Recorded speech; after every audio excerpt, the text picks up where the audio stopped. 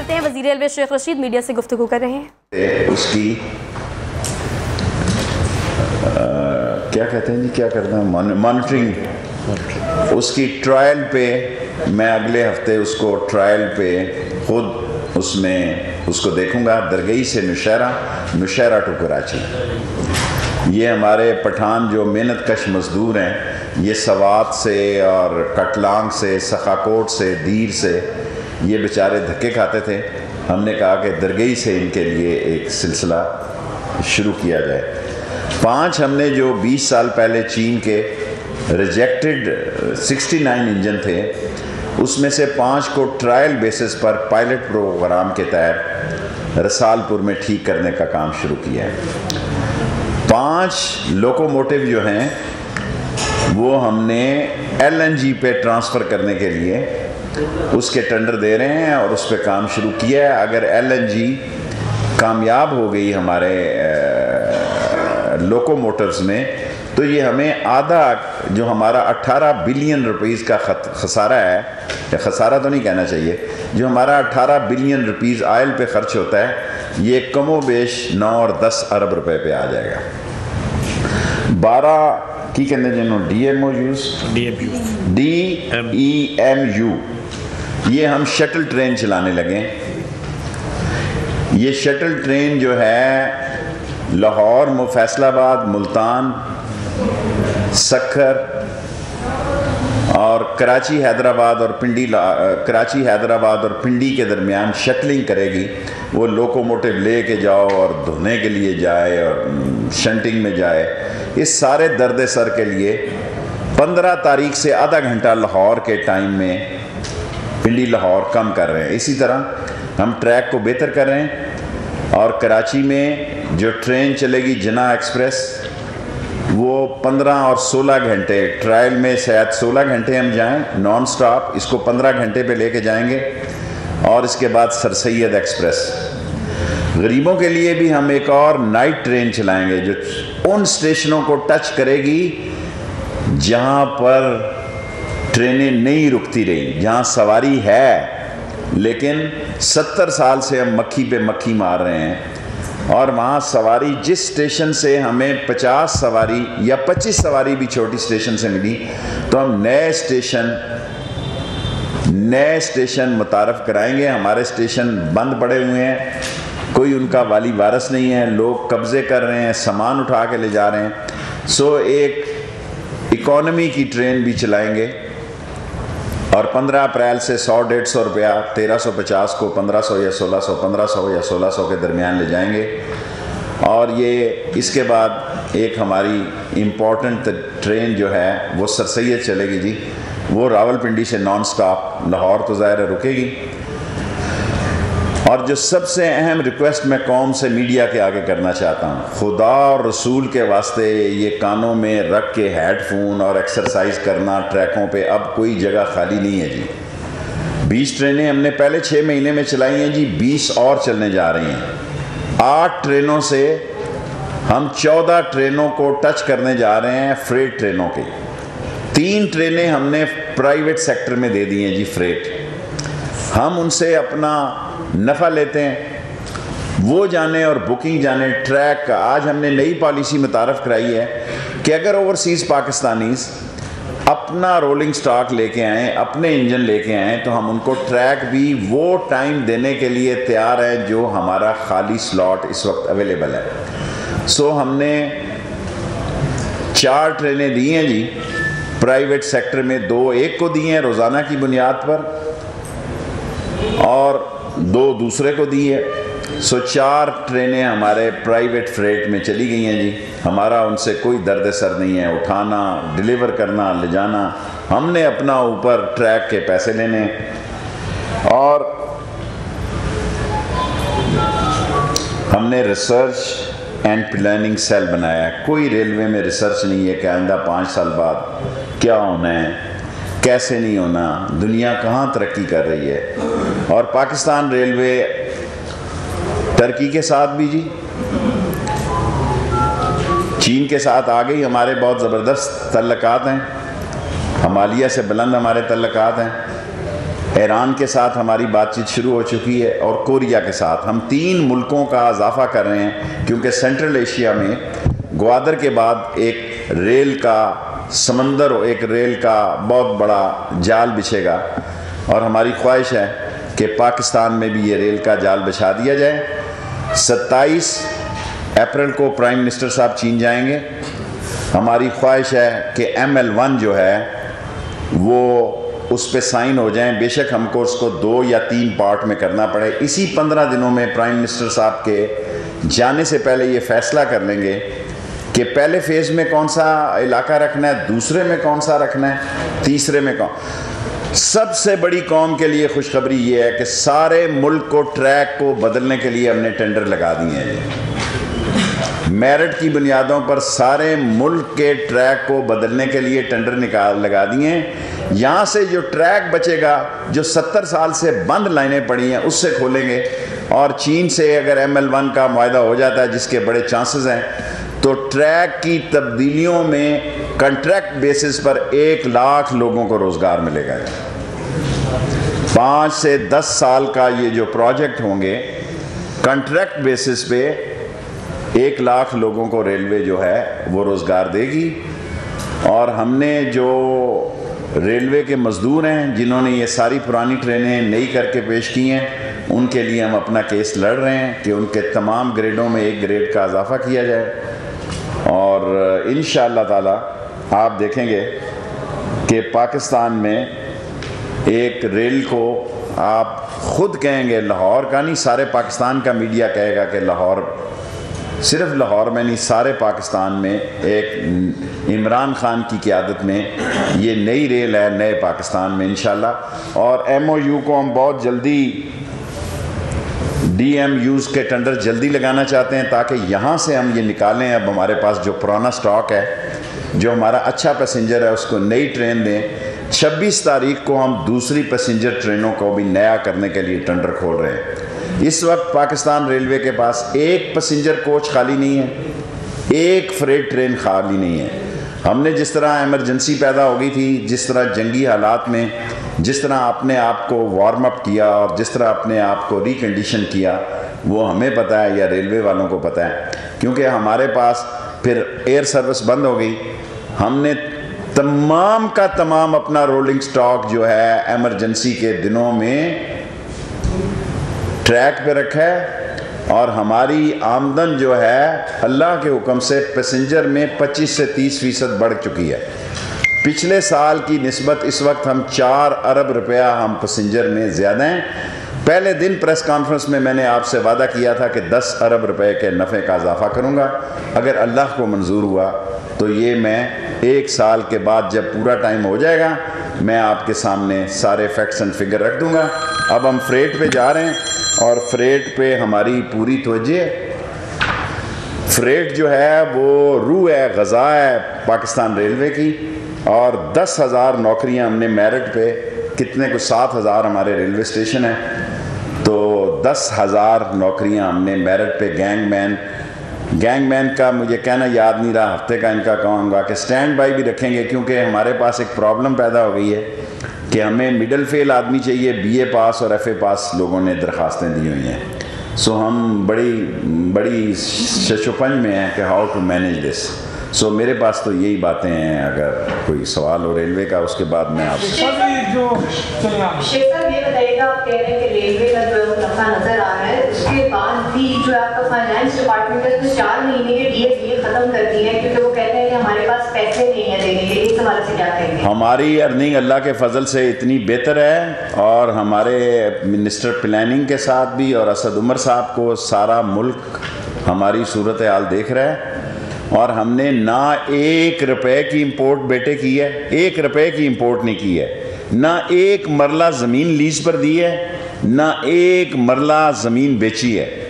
अपने सोर्सेज को यूटिलाइज कर रहे हैं। हमने करोड़ों रुपया, अरबों रुपया अपने रेवेन्यू पैसेंजर में इजाफा किया, करोड़ों रुपए का तेल कम किया और हमने ट्रैकर लगाए हैं। आप भी इसको यूज़ कर सकते हैं। जल्द ये ट्रैकर और अच्छी सूरत हाल देंगे। 15 दिनों में ट्रैकर जो हैं वो इंजन के फ्यूल को भी बताना शुरू हो जाएंगे। और 1 रुपया लगाए बगैर ये ट्रैकर हमने लिए हैं, गिफ्ट किए हैं एक रेलवे के गार्ड के बेटे मुदस्सर ने।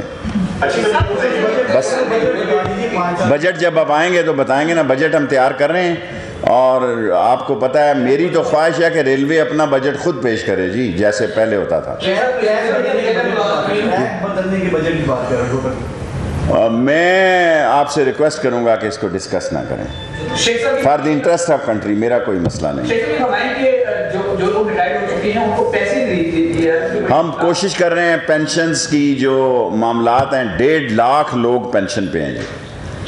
और कोई ऐसा फार्मूला मैंने असद उमर साहब से कहा लाएं कि इन 1.5 लाख लोगों को प्लाट ही दे दें और कहें कि हाथ जोड़ के खड़े हो जाएं कि इनको बेचें, मकान बनाएं। हमारे पास 1.5 लाख लोगों की pension is a serious issue. ये नहीं कहता कि ये फाइनल हो गया, कल अभी जाकर उधर नारे मारने शुरू हो जाएं। This is in progress. हम ये चाहते हैं कि ये 1.5 लाख अगले साल तक 2 लाख हो जाएगा, तो this will be a serious financial crisis for Pakistan railway. We want a solution कि ये 1.5-2 लाख लोगों को कोई मुतबादल सहूलत देकर इस फाइनेंशियल क्राइसिस से निकाला जाए। 68% जो है वो पे और पेंशन पे खर्च 68 नहीं 72-73%। एक मिनट ठहर जाओ, तुसी जाओगे हूँ इस बाद सियासी का पीपल्स पार्टी ने अपनी तोपों का रुख जो है आपकी तरफ कर दिया। आप समझते हैं कि नैब से घबरा के वो इस तरह के बयान आपके खिलाफ दे। देखें, पीपल्स पार्टी को एक साफ टारगेट चाहिए, हार्ड टारगेट की तरफ वो मुंह नहीं करते। दोनों को अदालतों से जमानतें चाहिए। मैंने क्या कहा है, मैं अपने फैसले को दोहराता हूँ। मैंने कहा बच्चा है, बच के खेले। मैं अल्फाज दोहरा रहा हूँ सारी कौम के सामने, और ये ना हो कि उसकी सियासी मौत वाक़ई हो जाए। देखें, बेनज़ीर भुट्टो की शहादत को जिन लोगों ने कैश किया, कोई मैंने बख्तावर मेरी बेटियों की जगह उसको मैं जवाब नहीं दूंगा। ये ना हो कल मीडिया कहे, बख्तावर कहे, मरियम कहें, कोई मसला नहीं, मेरी ज़ात से मुनासिब नहीं है कि मैं उनको जवाब दूँ। ये जो लोग बयान दे रहे हैं, मैंने खुद कहा कि पीपल्स पार्टी में अच्छे लोग हैं, चांडियो है, कायरा है, लतीफ़ खोसा साहब हैं, एतजाज़ एहसन है। पनामा का सारा केस इन्होंने मेरे साथ और सवाती साहब ने मिल के तैयार करवाया। अच्छे लोग भी हैं, बग़ैर फ़ीस के तैयार करवाया। जो मैंने बिलावल ने 2 दफ़ा हमले किए हैं, दोनों दफ़ा लोग बीच में पड़े हैं, मैंने कहा जाओ छोड़ दिया, माफ़ किया। तीसरी दफ़ा के बाद गुंजाइश नहीं। लेकिन पीपल्स पार्टी के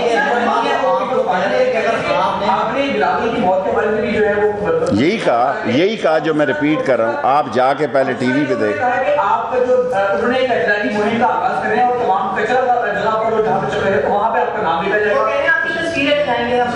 कहाँ लगाएंगे, कोई मसला नहीं।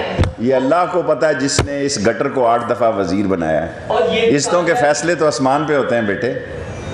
और इनकी हालत देखें, मुंह छुपाए फिरते हैं, चोर डाकू लुटेरे मुंह छुपाए फिर रहे हैं। इनका क्या मसला है जी? इनका यही मसला है कि अल्लाह के रसूल के वास्ते जमानत दिला दो। ना इनको डॉक्टर पसंद पाकिस्तान का, ना इनको दवाई पसंद, ना बिस्तर पसंद। इनको इन अस्पतालों की बेड शीटों से बू आती है। मुझे बताएं इनका प्रॉब्लम क्या? 2 महीने से एक जगह इनकी सुई फंसी हुई है, बाहर जाना है। और पूछ ले, भेज दें सारे किन्ने किन्ने जाना है बिल्लो के घर, भेजें सबको बिल्लो के घर। ये इनकी सियासत है, टेंट है फिश। हुक्मरान में हो तो टार्जन बनते हैं और इक़्तिदार से उतरते हैं तो टेंट है फिश हो जाते हैं। मेरी सुबीयत, मेरी जिंदड़ी लील थी गई है। दोनों पे फिट होता है। Killing 2 birds with 1 stone is a good smart move। अगर एनआरओ कोई मांग रहा है तो कौन? मैंने किसी को नहीं कहा, मैंने सिर्फ शहबाज शरीफ साहब को एनआरओ मांगते सुना और देखा। मैंने अपनी कब्र में जाना है। ना मरियम बेटी का मुझे को पता है, ना नवाज शरीफ का पता है, ना आसफ जरदारी का पता है। जिसका देखा, पढ़ा और सुना है वो टीवी पे आके मेरे से मुकाबला कर ले, ज़्यादा से ज़्यादा मेरी सियासत चली जाएगी ना, यही होगा। नहीं शेख साहब, शहबाज शरीफ साहब जो जमानत पे आए हैं, मतलब उनको बाज़ाब्ता देख गोली ना करा, गुगली ना करा मुझे, गुगली ना करा अमीन हफीज। देखें, मैंने आपको कहा कि भाई शहबाज शरीफ साहब ने ही can manage, Shahbaz Sharif can play both side of the wicket, वो विकेट के दोनों तरफ खेलना जानते हैं और इस वक्त भी खेल रहे हैं। लेकिन बड़े बड़े जो हैं विकेट के दोनों तरफ खेलते हुए रन आउट हो गए इन दी एंड, गुंजाइश नहीं। इमरान खान के पास ढील और डील की कोई गुंजाइश नहीं है। क्या शहबाज शरीफ जिस तरह एनआरओ लेने में कामयाब हो गए, जैसे मैं नहीं कहता कामयाब हो, आपने कहा नॉट बी ओवर स्मार्ट। देखिए आप सवाल कर सकते हैं, मुझे जवाब देने के हक से नहीं रोक। सवाल मैं करता हूं, सवाल कर लिया आप। क्या शहबाज शरीफ बड़े भाई नवाज शरीफ को एनआरओ दिलाने में कामयाब हो सकते हैं? मेरा ख्याल है वो तो नवाज शरीफ से इसकी सियासत से काफ़ी दूर है। अपना उन्होंने एनआरओ लिया या नहीं लिया इसका मुझे मालूम नहीं, मैंने उनको एनआरओ मांगते देखा है।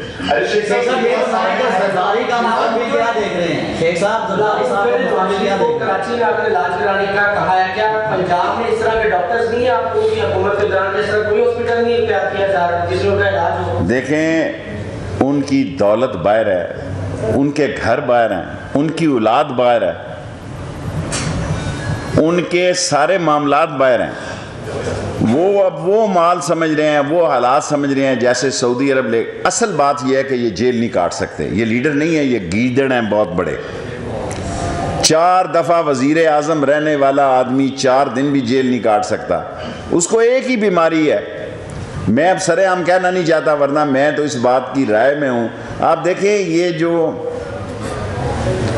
बड़े लीडर हैं, पता नहीं मेरे साथ क्या होना है, इनके रिंग पिस्टन बैठ चुके हैं, इनके प्लगों में कचरा फंसा हुआ है, इनका इंजन धुआं दे रहा है, नट बोल्ट कहते हैं लंदन में पड़े हुए हैं, किसी के दुबई में पड़े हैं और यहाँ के मैकेनिक उनको पसंद नहीं है।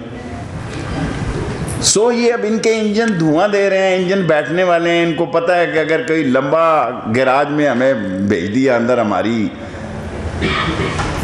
सारी जिंदगी। अगर नवाज शरीफ की गाड़ी को जाती उम्र मरम्मत के लिए भेज दिया जाए, कोई आपको तैयार है? मैं तैयार हूँ, लेकिन जमानत अदालत ने लेनी है, मैं नहीं लेनी। नहीं, मैं तैयार हूँ।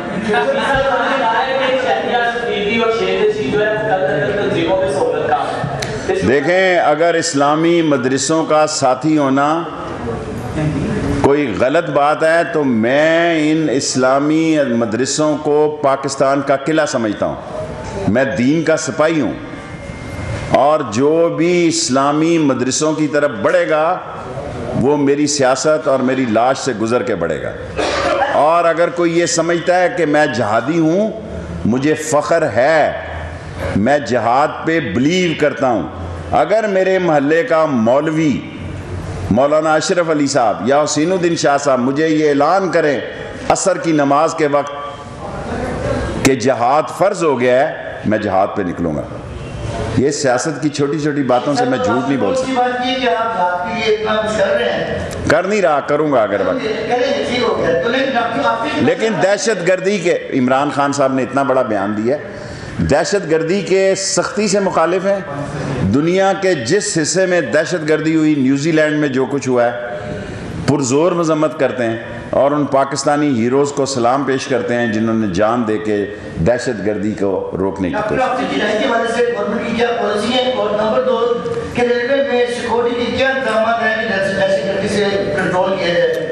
देखें, हम जो वाक़या हुआ है वो बड़ा अफसोसनाक है, लेकिन उस रूट पर गाड़ियां चल पड़ी हैं और चलती रहेंगी।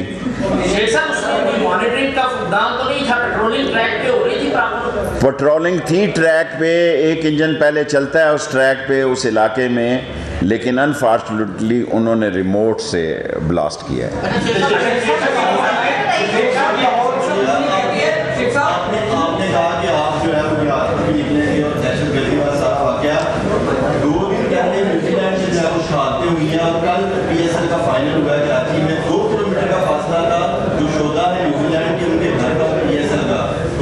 ये नहीं चाहिए था कि आप सदर भी गया है वहाँ पे। अब मेरी जवाब सुन लेना भाई, लास्ट एक क्वेश्चन है, 2 और कर लें, 2 और। प्रेसिडेंट भी गया है, दूसरे लोग भी गए हैं, फर्स्ट एंड 2 मोर। ये बताएं कि जरदारी साहब इस्लामाबाद जाने से क्यों घबराते हैं?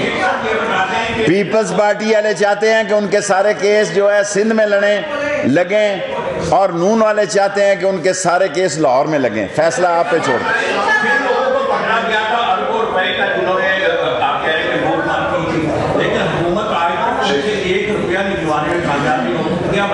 देखें, हुकूमतें वाइट कॉलर क्राइम आसान नहीं होता, लगे हुए हैं पीछे।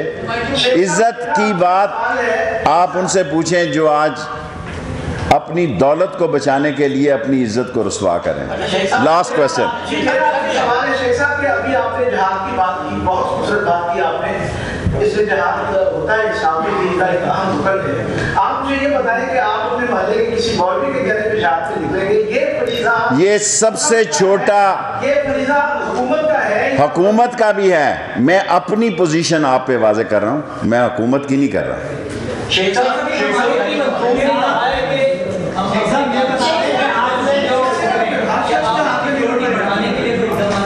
अल्लाह ना करे, कोई मसला नहीं मेरा। को दावत दी है कि वो आए और इन्वेस्ट करें, तो क्या उनके जो तहफ़्फ़ुज़ात हैं उनको दूर करने के लिए भी इक़दाम किए जाते हैं? जरूर जो नवाज शरीफ के ऐलान मामले में हुकूमत जो है इख्तिलाफ से काम करेगी। अगर नवाज शरीफ कुछ हुआ तो पंजाब गवर्नमेंट और इमरान खान जिम्मेदार होंगे। आप समझ लेंगे? देखिए मेरी बात सुने, मैं अब सरेआम आपके सामने अपने आप को क्या पेश करूं। आप सब साफियों को पता है नून लीग क्या चाहती है, जान दो अल्लाह का वास्ता। अपने हाथ दिल पे रखो, क्या उनका मुतालबा है यार। कुल इशू ये है कि लंदन जाना है, माल मुकाना है तो लंदन जाना है, बस यार। ऐसी अब एक सवाल,